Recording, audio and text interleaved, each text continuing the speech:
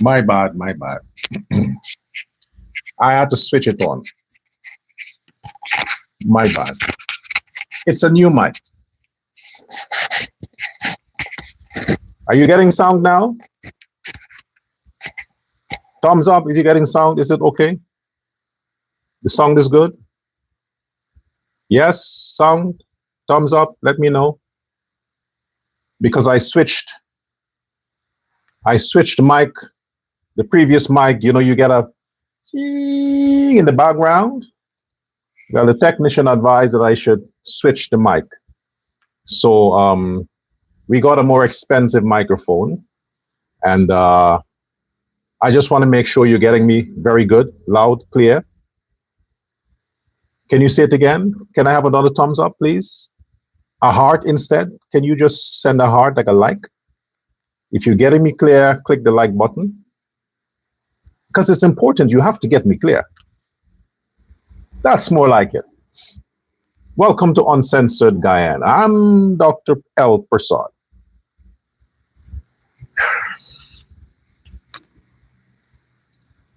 I told you so, didn't I? To my loyal followers, for those who have faithfully followed me weekly, daily, monthly, you would know I've said a lot of stuff.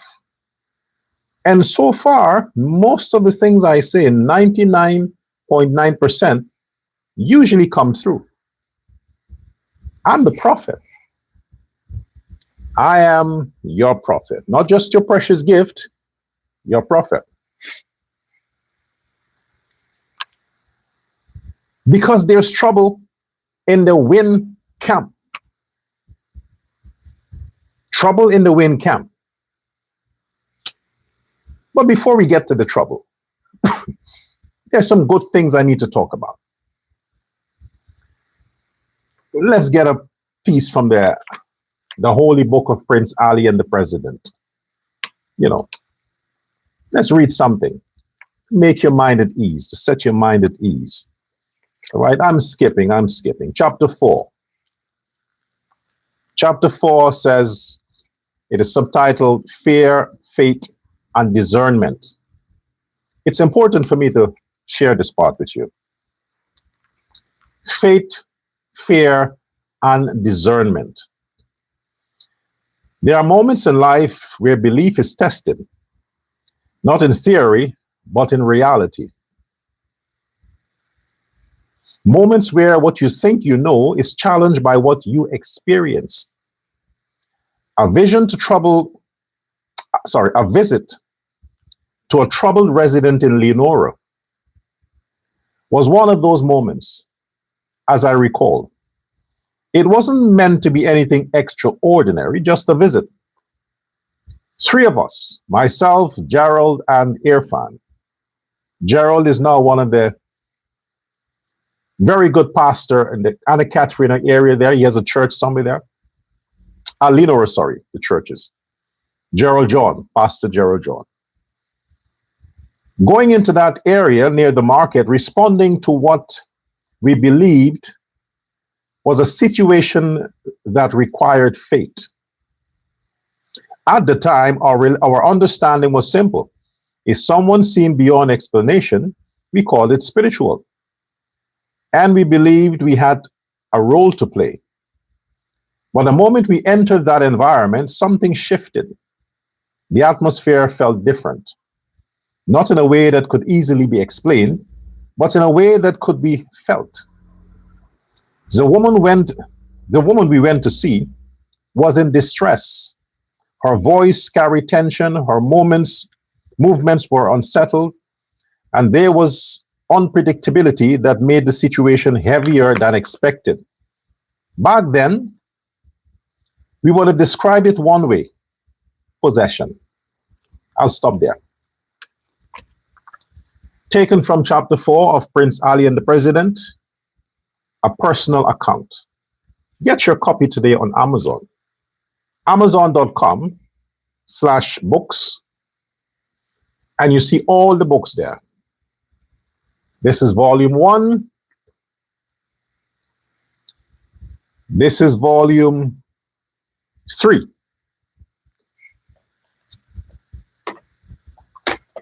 And this is volume 2.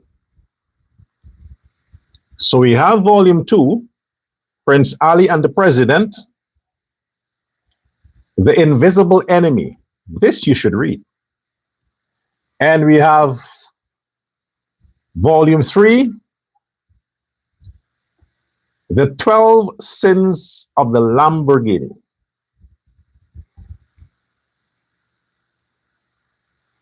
The 12 Sins of the Lamborghini. It's pretty thick. This is thick. I did a lot of work on this one because I needed to get a bit detail. By the way, this person on the cover is not Hannah Muhammad, and this is not their Lamborghini. There are millions of Lamborghini on the planet, and many women with long hair that hides their sin behind their hair. It's not Hannah Muhammad. So don't go talking to your lawyers that I'm using your sister to sell books. She ain't that special. She's not that special. You want me to read something from the 12 Sins of the Lamborghini? Would you like me to read something? Okay. I'll read something. Randomly. I'll pick something, just read something. Okay. Chapter 1. The sin of speed. Speed was never just about motion. It was about the escape. Before the suits, before the cameras, before the carefully constructed language of leadership and influence, there was the road. Not the kind built for ordinary travel, but the kind that demanded risk, precision, and willingness to exist on the edge of control. I'll just stop there. Let's get on with the show. 12 Sins of the Lamborghini. Oh, it's not the indictment. It's not the indictment from the US. This book is not based on the Muhammad's indictment or the fact that they're going to spend maybe forever in prison. No, it's not. It's fiction, remember? All my books are fiction. Nobody is real, just fiction. Understand that. Because they like talking to lawyers, you know. Yes, he made allegations in the book about me. No allegations. All fiction. The proceeds go to the Dorga Foundation. We help people. Okay? Let me say this before I go further. Let me say this. You know, there are some good people in our society, and sometimes these good people make mistakes. It is not necessarily premeditated, as if it is something where they're just arrogant about the mistakes they made, or they just want to be pompous and think, hey, I don't care. You know, I just do what I want to do, and there's no consequence to my actions. No, they're decent people in our society, on both sides. They're decent Afro-Guyanese, they're decent Indo-Guyanese. And also on both sides, they're a bunch of idiots, crooks, vagabonds, scums, scrapes, scrappos, scraps. They're all kinds of people. And for those who do their best at their job, I acknowledge those people. I acknowledge them because it's not easy, especially when you are a politician. When you are a politician, any little thing you do can be misconstrued for something else. And if it's perceived that your actions are going along in favor of a certain demographic, you're labeled as racial or racist, pro this and pro that. And it interferes with the fragile public trust that is often visited or extended to politicians.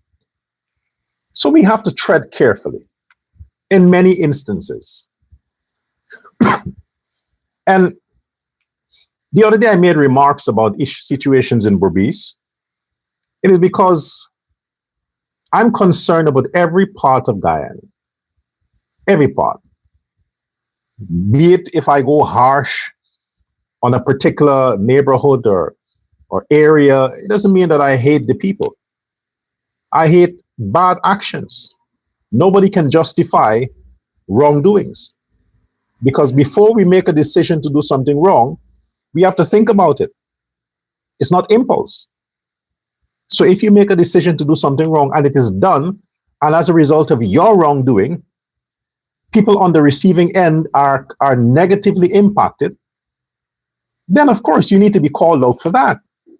But there are those who makes daily decision to do the right thing, to help others, to execute their duties, to live and act and work according to their constitutional parameters that their position affords them within the confines of the law. I have had many recommendations after my previous show about the Berbice situation. And the recommendations, you would think that Mr. Sukraj, Sukram, rather, Mr. Sukram, the NDC chairman of the number 45 village, you would think that he's applying to me for a job. The amount of recommendations that came in favor of him, I'm like, wait, I'm not hiring this guy. However, after the program, many people, not just locally, but internationally, reached out to me via the means that they know they could. And they vouched for Mr. Sukram on his character and credibility. So they think to some extent I was misinformed. So I said, no, I did not directly accuse Mr. Sukram of anything. I spoke in general,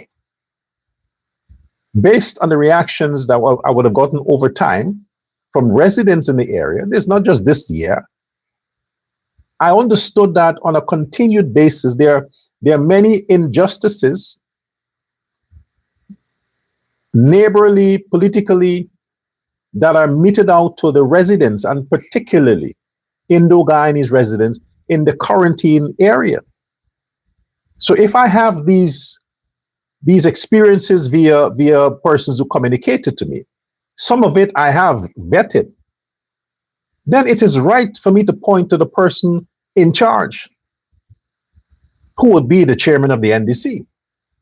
So when I call out Mr. Sukram, I'm inviting him to be a little more attentive, vigilant, interact in the community, go out.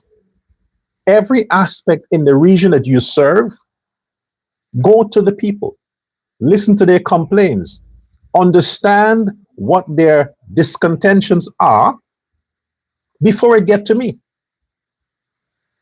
But I understand, based on the reaction, that you are a good person.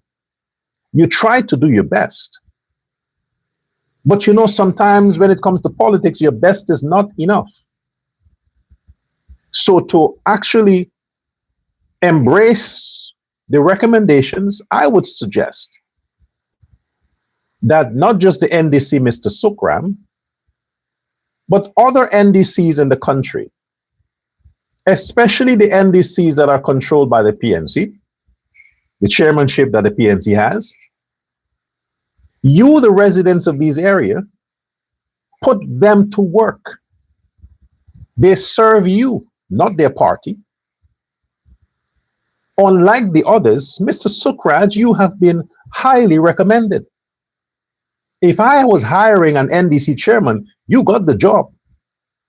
You got the job. So I want to commend you for the many good reports I've received on your behalf. I must reiterate, I wasn't accusing you of any wrongdoing. I was simply implying that you need to actively participate when something comes your way of a complaint or whatever it is. And don't just send out your officers or agents. You go. See what the president does? He does everything. He don't depend on his ministers to do anything. He addressed every situation as president. So nobody can say it's too difficult because he does it. And if he can do it, the ministers can do it. And if the ministers can do it, their staff, their directors, those under them can't complain. So, serve Burbicians well. Now we ain't got a problem. All right. Folks, Afro-Guyanese, I may have been wrong in many cases. I come across too harsh, judgmental. I understand. I accept your criticism. I hold myself accountable. But I want you to understand, there is no ounce of hatred in my heart towards Afro-Guyanese or Africans anywhere. They're human beings. I have said continually, my issue is the actions of Afro-Guyanese. The actions. By their fruits you shall know them. What do you think got the Mohammedans in trouble? Their actions, not who they are. It's what they did got them in trouble. I have no beef with Africans. I love black people. I don't like the label black, but if you're comfortable being addressed as that. But I can't say Africa. I don't embrace that term, man. I don't embrace it. Africans. We're not Africans, man. It's a recent name. It's a recent change of, just label. Every shit is label and label and label. I love all Guyanese. All Guyanese. But the actions of some makes it bad for the group they represent. So because of that, I've said continually, I've cautioned, I've warned, I've appealed, I've begged continually from the beginning. Don't trust a crook.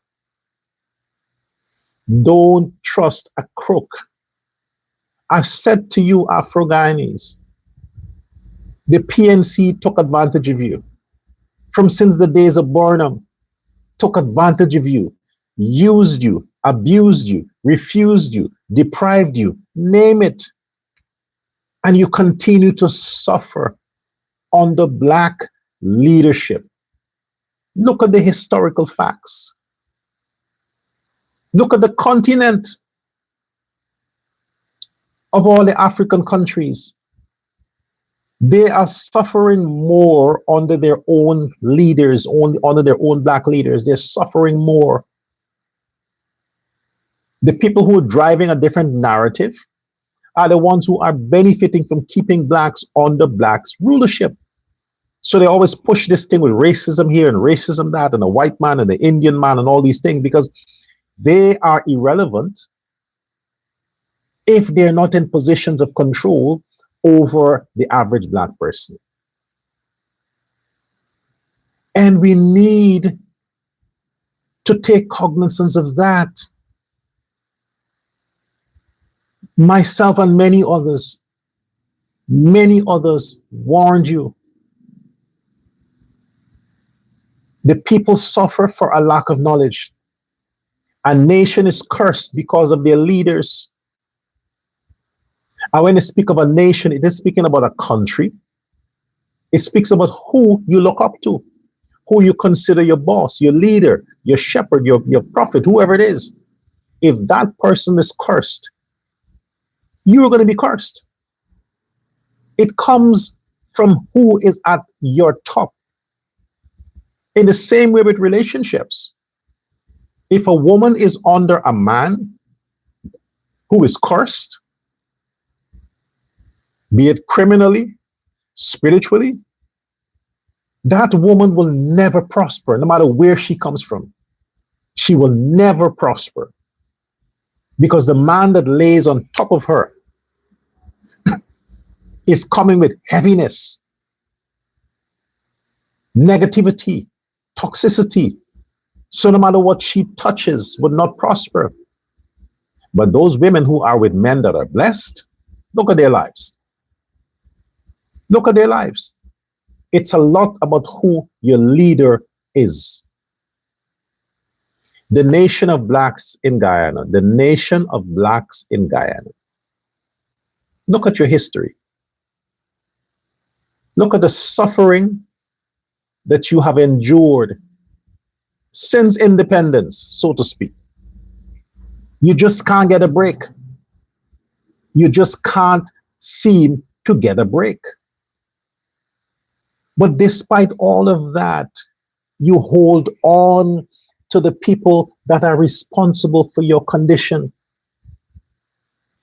And those of you who have broken free, you are accused of being a sellout, an Uncle Tom, a slimer, a hypocrite, all those names, a Ligbamzi. But those of you who stay under such leadership, you blame the other people for your demise. Why I want to talk to Afro-Guyanese here is because I'm speaking for myself. Every day I warn you, every day I cuss you out. You hate that, but it's my way of communicating to the average person, Afro-Guyanese. I said to you last week that Henna Mohammed wants to take control of WIN. And she's going to get rid of all the others. She wants to be the opposition leader. She wants to be everything because they know within their camp, no matter how long the CCJ holds on to that case, no matter how long it takes them, they would have to eventually announce their position. And they're not going to risk their fat salaries to say they're announcing anything in favor of the Mohammeds. They wouldn't do that. They wouldn't dare do that. And because they wouldn't do that, the obvious result will be they have to be extradited. They have to be extradited. The obvious result. I know that. The WIN people know that. Not the WIN people. Shell, Ajridin, his wife, his idiot sister, they all know that. So all this pussyfooting around and road, no. Eventually they have to leave. So they're making all the arrangement they need to make so that nothing is left unturned.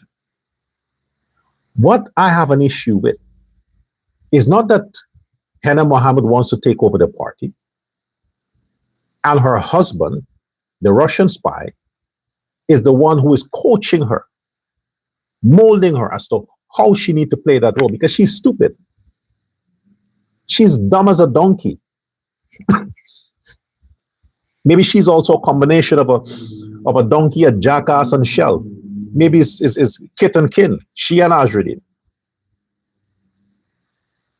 But they don't care. Because they learned from the legacy of the PNC. Play on the emotions of black people, bribe them as much as you can bribe them, and you will get them to follow you. Continue to serve their emotional disposition, and you'll get them to follow you. The Mohammeds played the same game because they were an extension of the PNC, hoping they could have decimated the PPP. Why? So Ajuddin could be vice president, because he wouldn't be president. He couldn't be president. The PNC, they will never give him that chance, that he could be vice president, and then he can make a deal to escape prison. The plan was to decimate the PPP. But the sober voices in our community, our society, spoke to the angel in thousands, tens of thousands of Afro-Guyanese.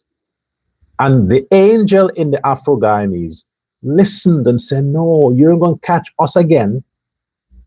We ain't going to fall for that again. And what did they do? They looked at the facts. They read, they analyzed, they looked at the facts. And the facts told them, don't trust the Mohammeds and get rid of the PNC. So instead, they turned to the PPP, the only sober option. Tens of thousands of Afro-Guyanese turned to the PPP because their conscience had to come alive and told them that, hey man, these people are not the enemy. Irfan Ali went to primary school, went to college. He was a country boy, mixed with everybody, played with everybody, ate and drank with everybody. Went to the East Coast as a young man, played dominoes, cleaned the streets. This is a normal guy. This isn't the guy they're presenting to us as if he's this alien from another planet. I want that guy to be president because he's just like me. He's just like me. If he goes to America or any countries, they ain't gonna see an Indian, they'll see a black person. So the sober-minded Afro-Guyanese chose to stand with Irfan Ali. Why? Because of what they saw the PNC tried to do to that young man. They fat shame him. They cuss him about his size, his looks, his beard, the way he dresses, the way he walks. The things that the PNC put Ali through, the typical black person could identify with the suffering Irfan Ali had to suffer with all the public lies and fake indictments and all them shit that the PNC tried to do. The average Guyanese say, hey, they know what he's going through. That's why they stood with Ali. They stood with him because they know what it's like to be black. But despite all of that, you made a mistake. You lend whatever little support you had to a criminal, a cursed individual, a down low homosexual, gay lover who comes out and criticizes gay people, but he is a bottom house gay lover. Yeah, Ajuddin Muhammad I'm talking about. Cursed individual. And all those people who fell under him, who betrayed their own to follow him. Look at your life today. He's still a billionaire on his way out, but look at your life. Who is there for you? The same Ali that you cussed, the same PPP that you want to decimate is there for you.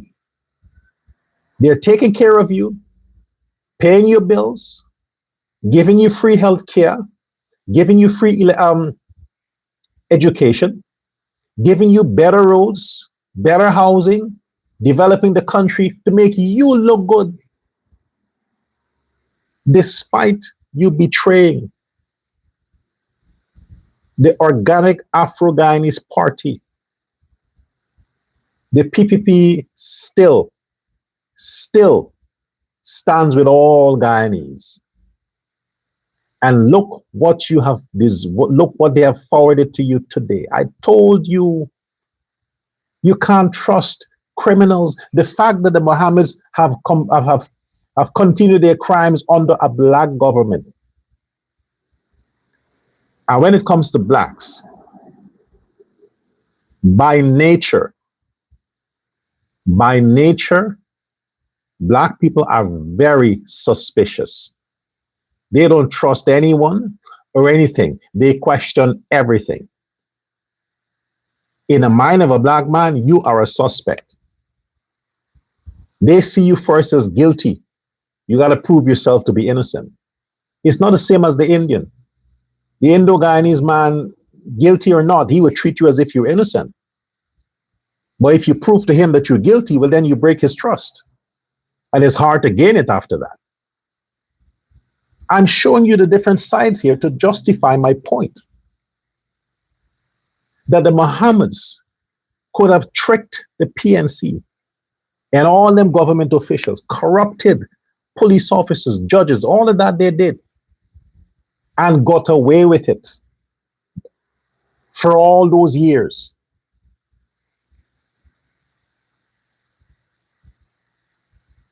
All those years. If it had it not been for the investigative work and the oversight of the American justice system, the American system of accountability, and other countries who share information with their partners. Because remember, they didn't just decimate America. They fucked up Europe and the Middle East. So their names were in the system, people tracking and investigating them all these years. But they swept under the rug for the PNC. Why? Because those are politicians. PNC government officials were politicians. You could easily corrupt them. Easily. You pay them, they turn a different eye.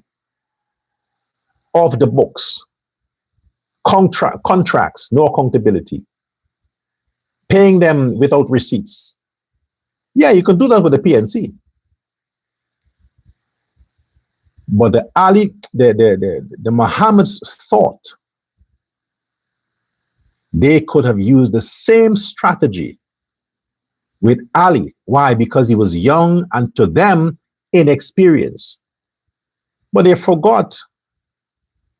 They didn't pay attention to the fact that God divinely took control of Ali for quite a long time. Passed him through ministries, exposed him to people so he can understand the different types of people that the people you see every day and show you a different face are not the same people that will come to you if you are in a position of authority. They come with a different personality then. So the people that Irfan Ali knew as a minister or a junior minister, in the same people who came to him as president. Totally different. So the universe, God had to let him understand, you don't trust people. And the Mohammeds were one at the top of the list. Because they thought, because as businesses or businessmen, they may have contributed to a party's campaign like they have done to other political movements that they think would win. It means that when that person, if that person gets into government, that person needs to put on a blindfold towards their actions. So whether their actions are illegal, that person, if he's a president, should say, okay, let them go through because of the little meager support they may have offered during the campaign. The same they did with the PNC. And the PNC, they ripped. The Mohammeds ripped, raped, robbed, took advantage of the entire Granger government. The entire Granger government. Because why? They're corrupt. The Granger government was corrupt and the Mohammeds are corrupt, so it's easy for them to get along. Nothing on the books. But when Ali came, they couldn't do it. They couldn't do it.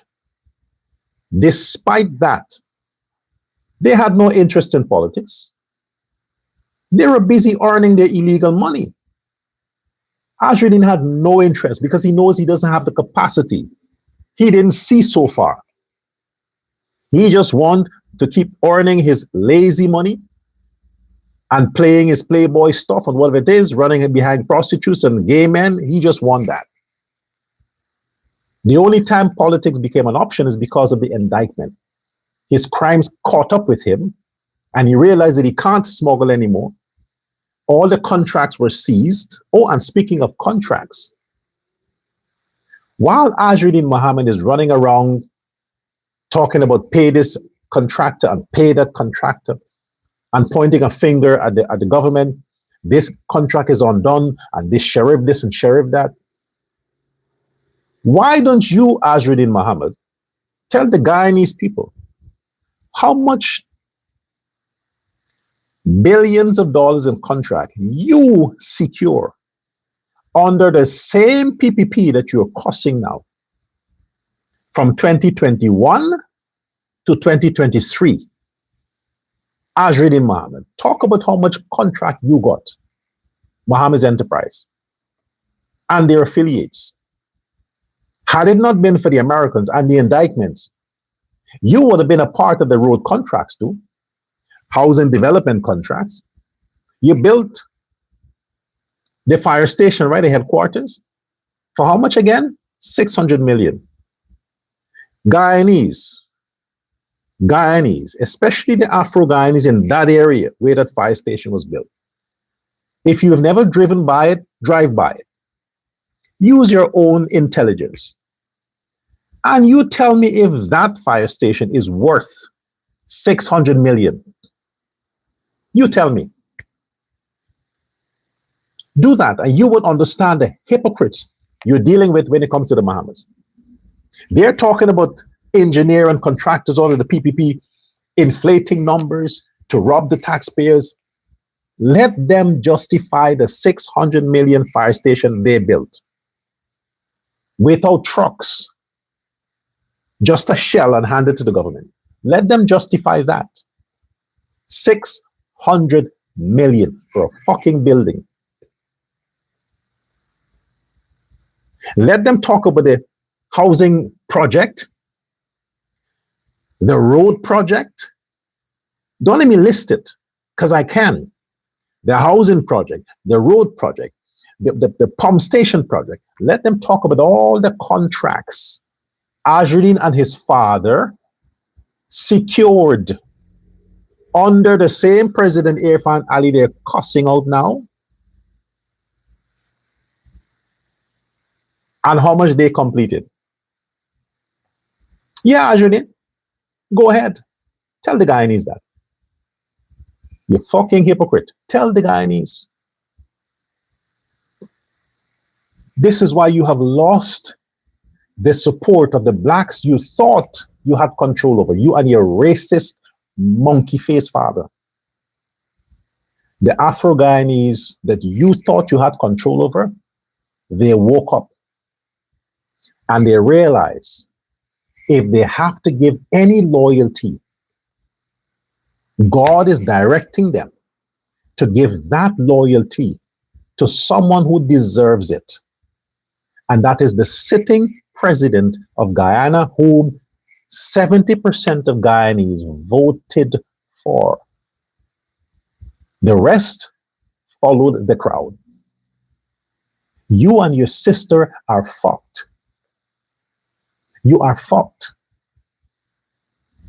Odessa Primus,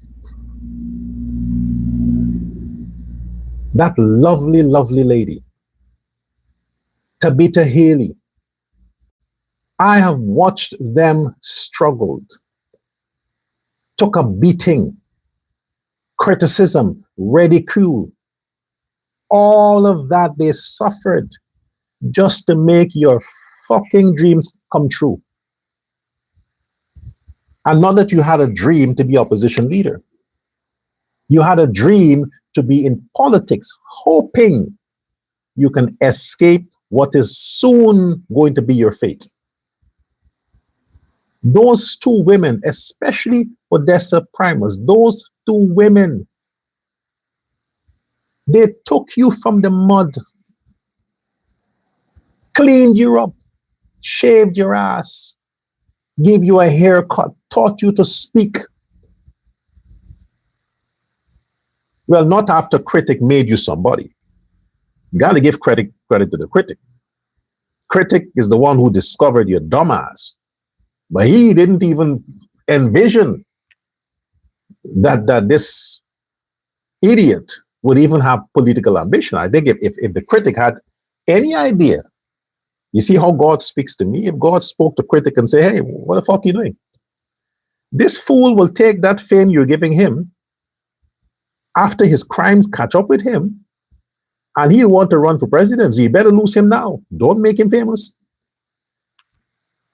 But a Guyanese critic make your dumbass famous. And these two Afro-Guyanese women, these fine sisters, made you a politician. And they were so influential that they managed to influence so much Afro-Guyanese votes for you. Only for today, your bitch ass sister want to slap them in the face and tell them get the fuck out. This is my brother's party. You are not counted. Who do you think you are? You're black people. Yeah, you're black. Look at me. I'm white skinned. Oh, my husband is white. Who are you? Because you come and you put your foot on this palace, you think you're somebody? Oh, my brother made you. You're driving that car because of my brother. I can just imagine the things Hannah is telling these two fine women. But I have good news for her.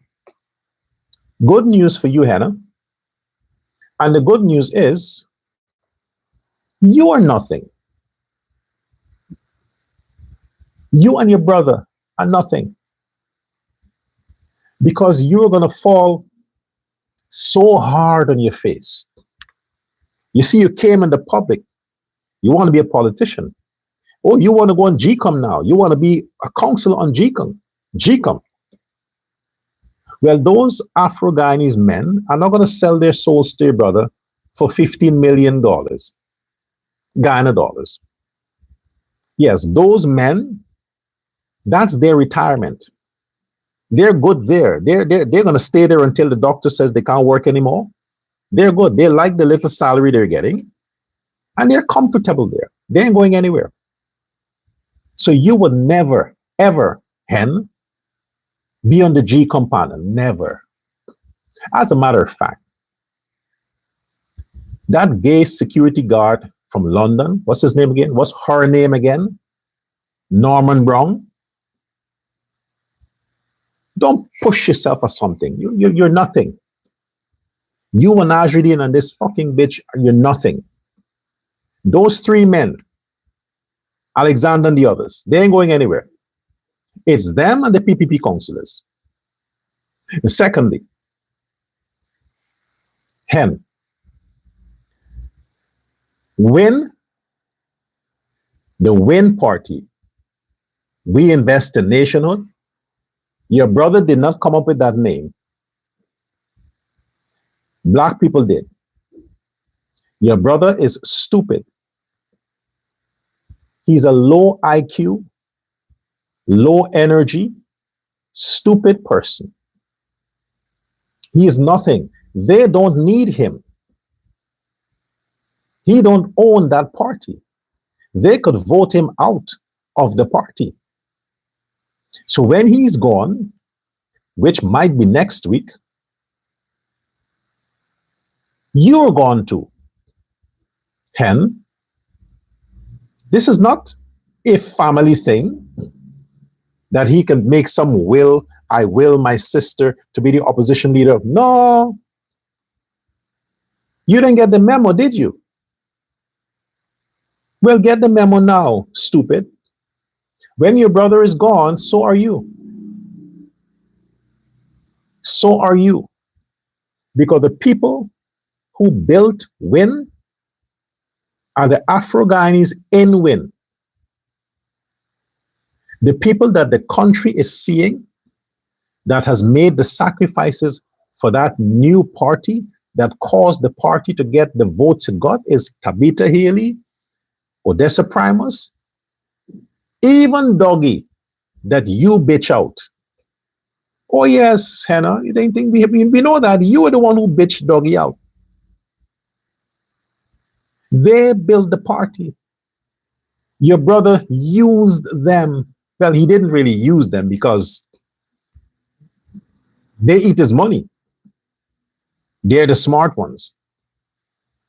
So you and your family, your father, your racist father, and your brother will end up with nothing.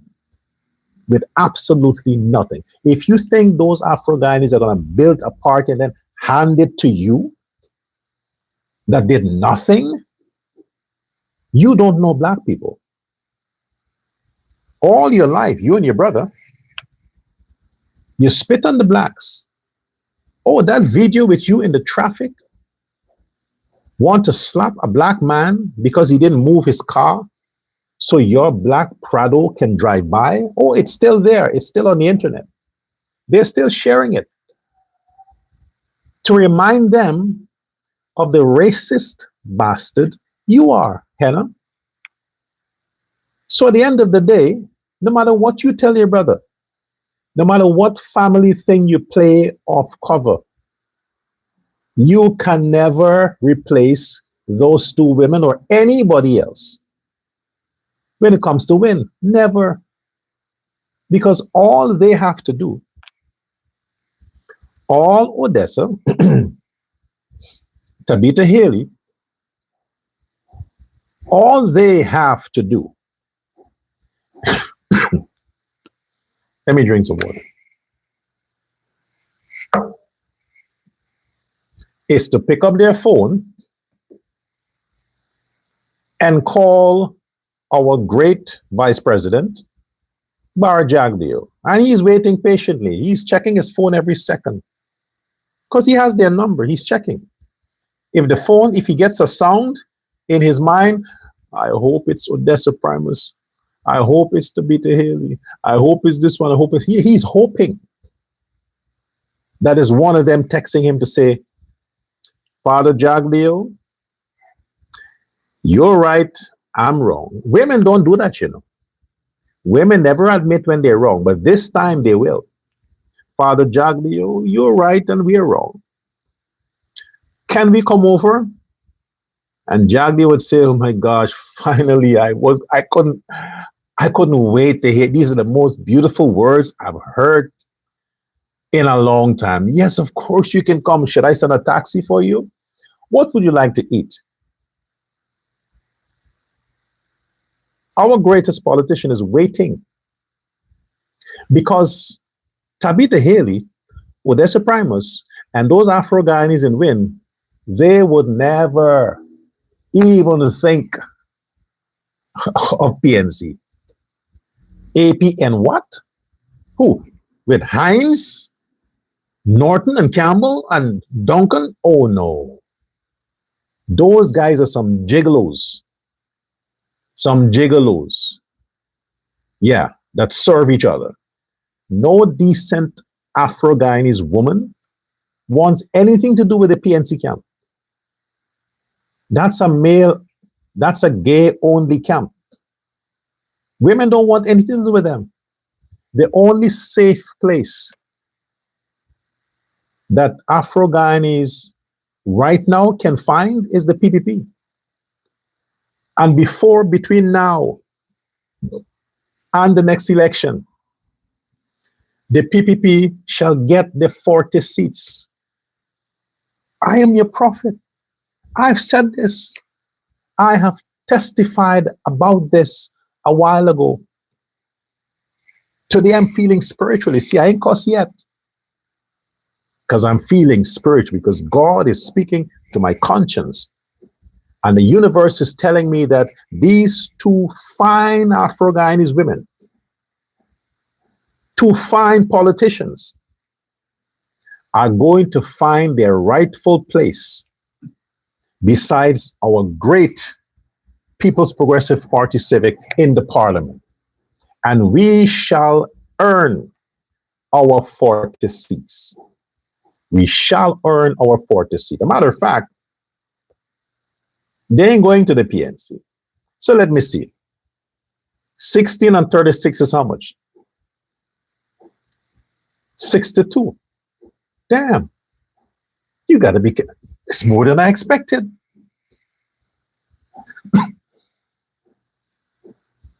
For Azridine's sake, let's count. We have right now 36. PVP. They have 16. 37, 38, 39, 40. 41, 42, 43, 44, 45, 46. 47, 48, 49, 50. 51, 52. What did I say? 62?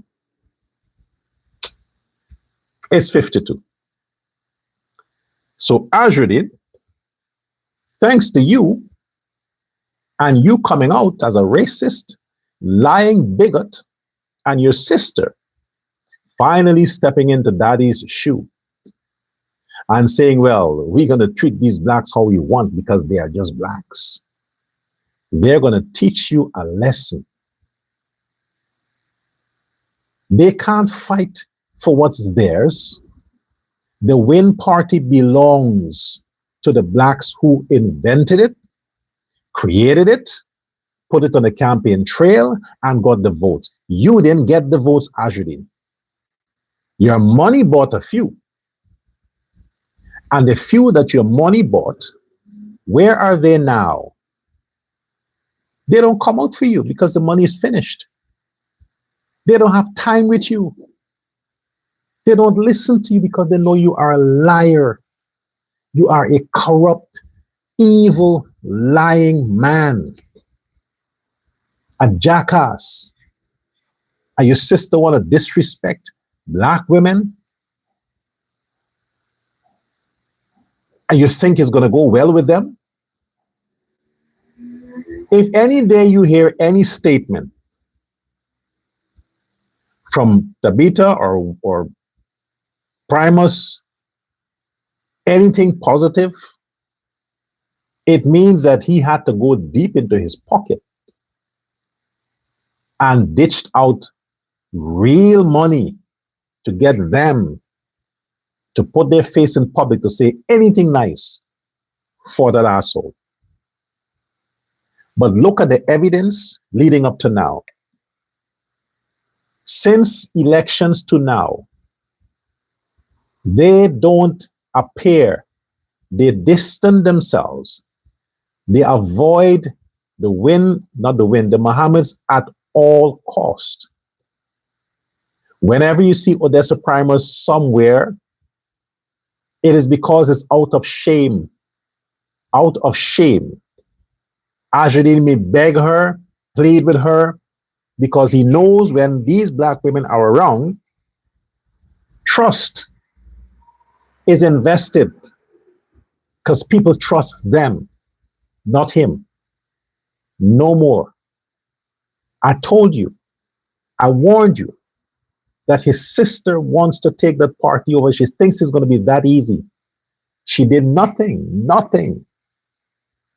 And she can just sideline these black people who fought and built that party. She thinks she can just do that. And they just shut up, pull their tails between their legs, and let her rule. You are too stupid for that, Hannah Mohammed. Nobody likes you. Nobody likes your brother. They hate your father. And nobody likes you.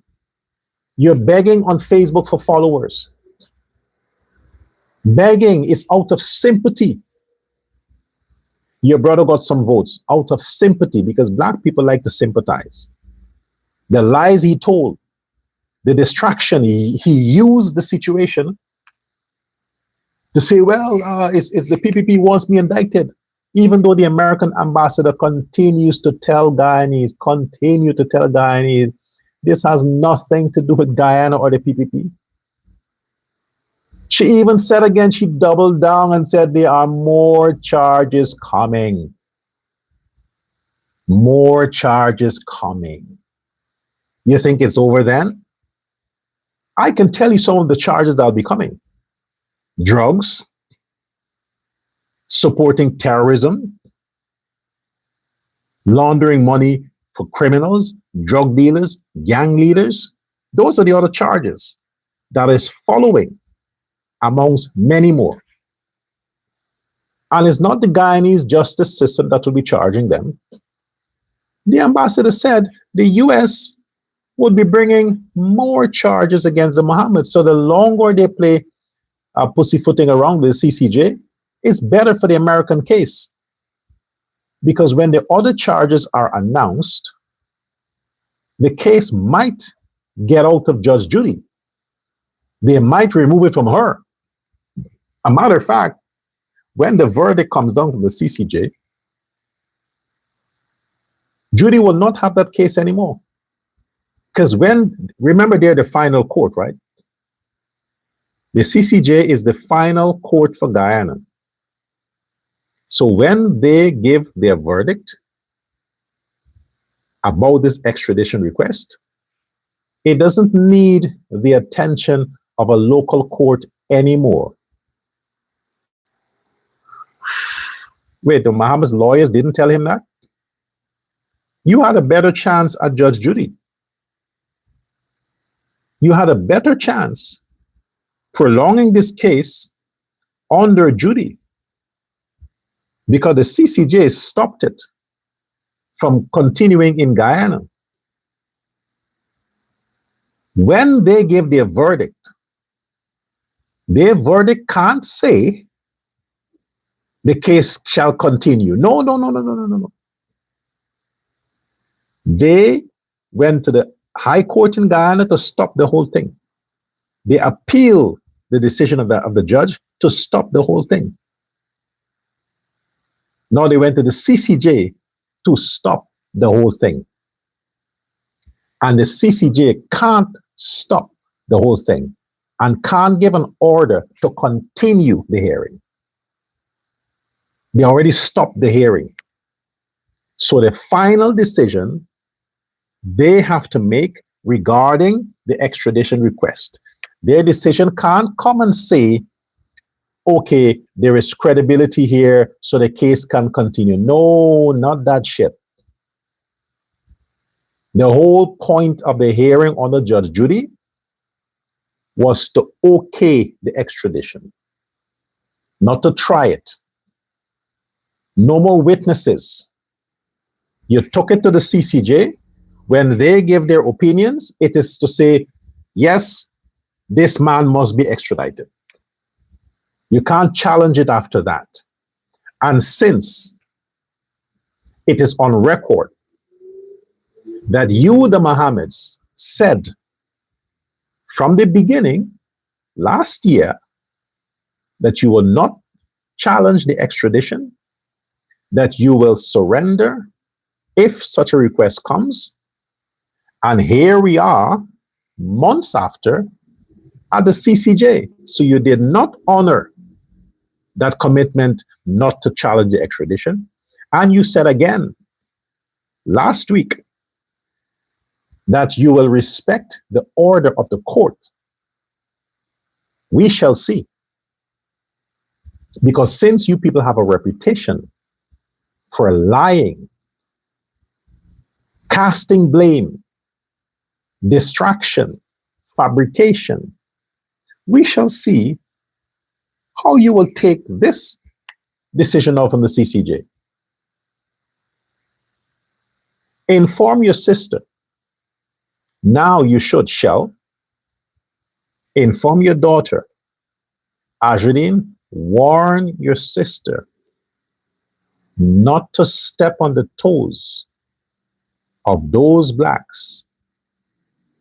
Warn her, because she may have refuge in America, but in America there's a large, very large Afro-Guyanese community in America. Her best chance is Russia. So don't let her think she can pay a slave master's wife to humiliate and disrespect and pressure those blacks who built the Win Party and get away with it. You better warn her. She wouldn't. So for now, the most we can say is all the people of Win, don't wait to face the embarrassment, the infighting, the humiliation. Cross over now. Leave the Win Party. You don't even have to resign. Just join the PPP. Because, as you would know, they can't take that parliamentary seat from you.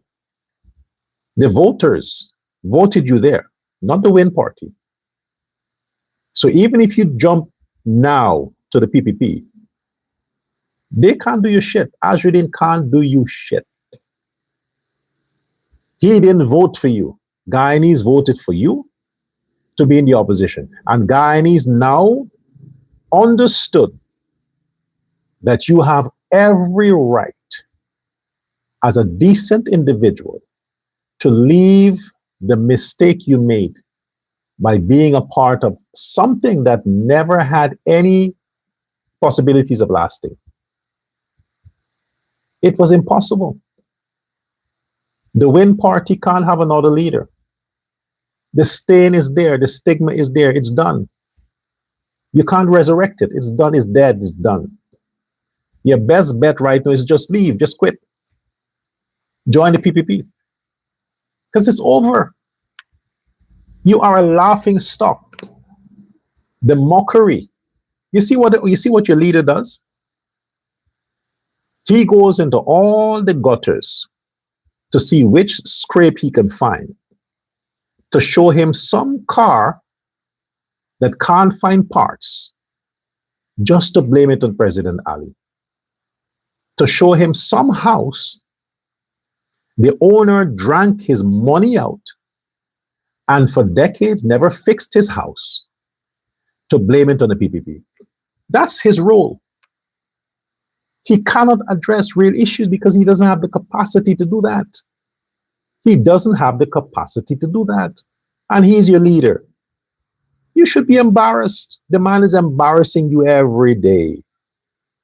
Every day he's embarrassing you.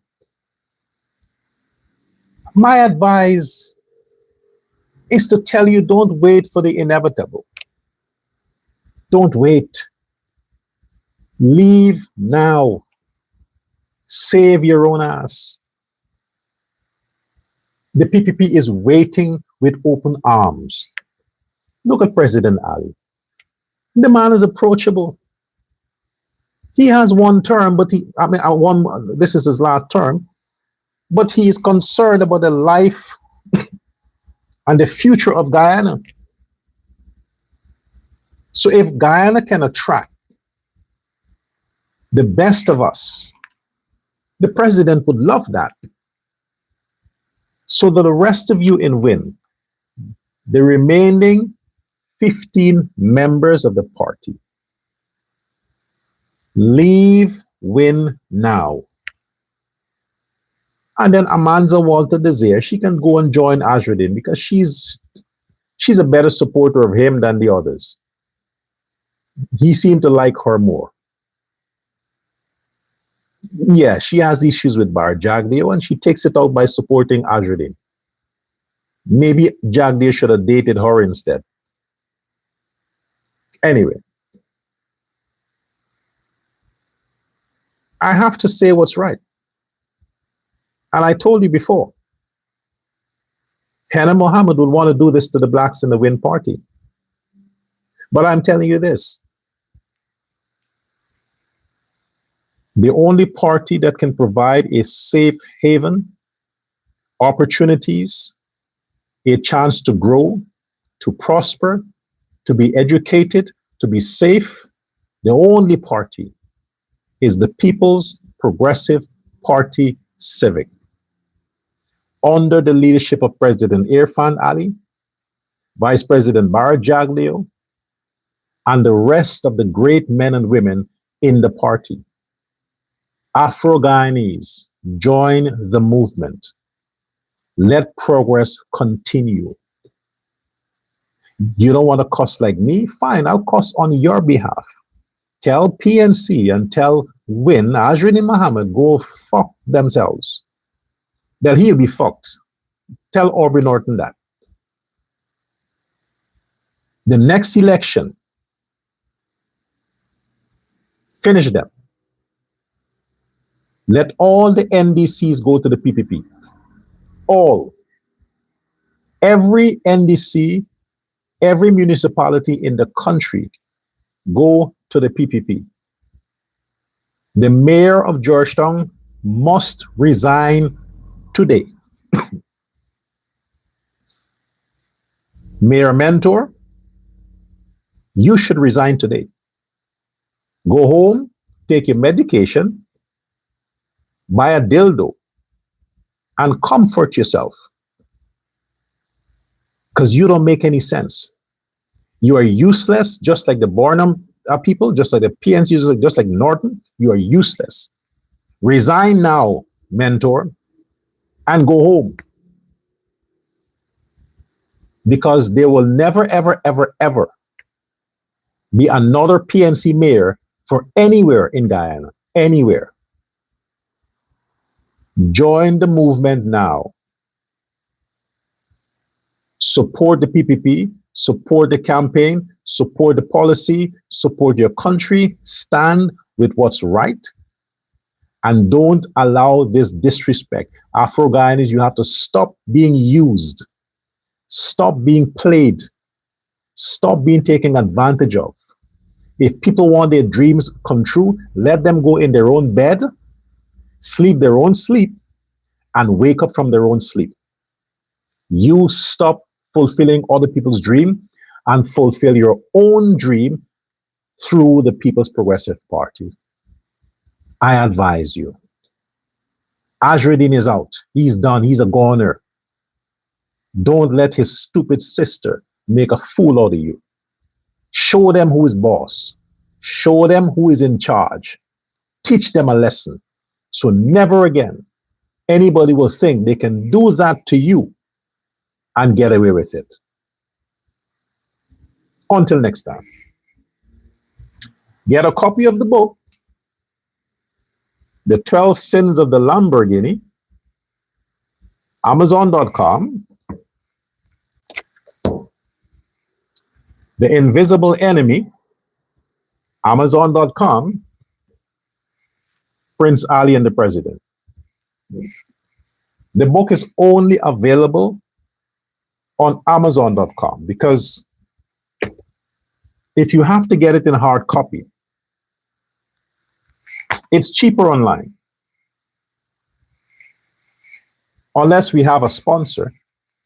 Somebody wants to sponsor a few thousand copies and just retail them into stores and shops and so on in your neighborhood, then you can buy a copy at a reduced price. But it's the volume is too great for a publisher to print and invest because the material is very expensive to print these books. And it's a keeper. They are made to last forever. They're made to last forever. We can't write the series of these books and just print on cheap papers and all. The material is very expensive. But when you send your donations to the Dorga Foundation, if your donations are above $100, then we send you a copy wherever you live. Whichever part of the world you are, we can make sure you get a copy, hard copy. But for now, you can get it on Amazon, Amazon.com, in paperback or on the ebook, and it's much cheaper. You have a credit card, you go on Amazon, use your credit card, you pay for the book, you can read it on your phone, you can get a copy shipped to where you live. It's cheaper that way. Until next time. Thanks for your attention. Share this live. Give me the thumbs up. Let me hear from you in the comment section. And tell Azrin Muhammad Go get a dick job. Plastic surgery for his dick. Maybe he should take his womb out. So when he's in prison, he wouldn't get pregnant. Goodbye.